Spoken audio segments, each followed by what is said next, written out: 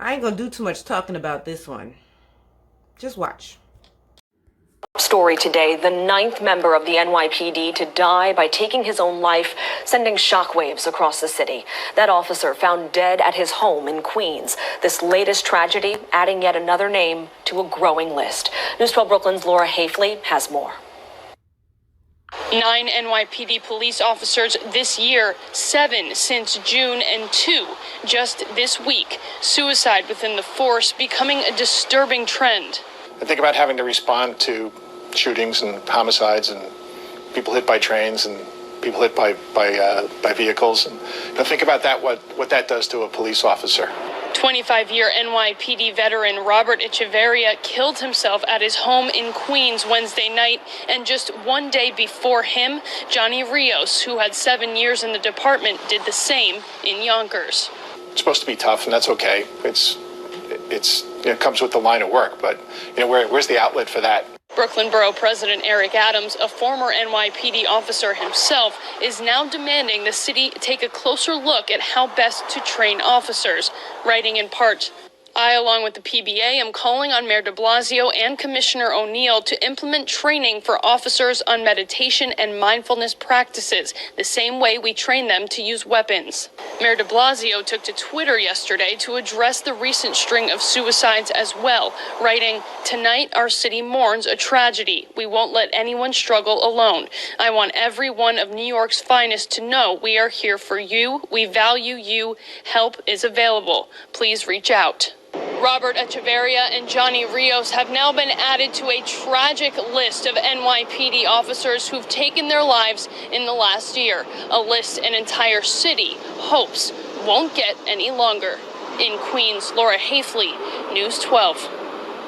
Laura, thank you. And police want any officer who may be struggling with depression or suicidal thoughts to text the law enforcement officers in crisis text line. All you have to do is text BLUE to 741-741. And there is also the National Suicide Prevention Lifeline. That number is 1-800-273-8255. And help is standing by 24 hours a day. One shot. This bullet is one shot.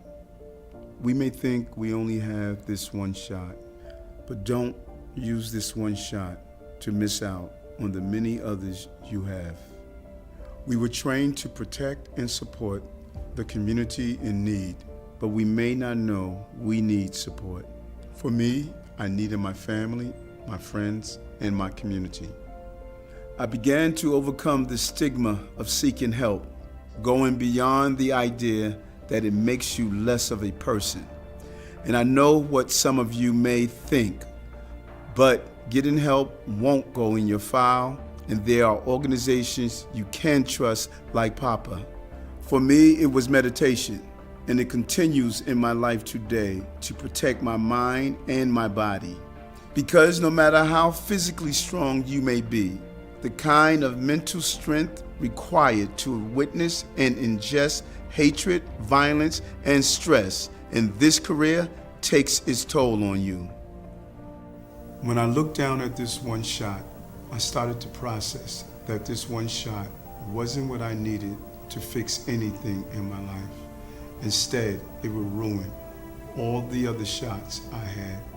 The one shot I had to be a father to my son, the one shot to be there with my family, the one shot to be part of the lives of my friends.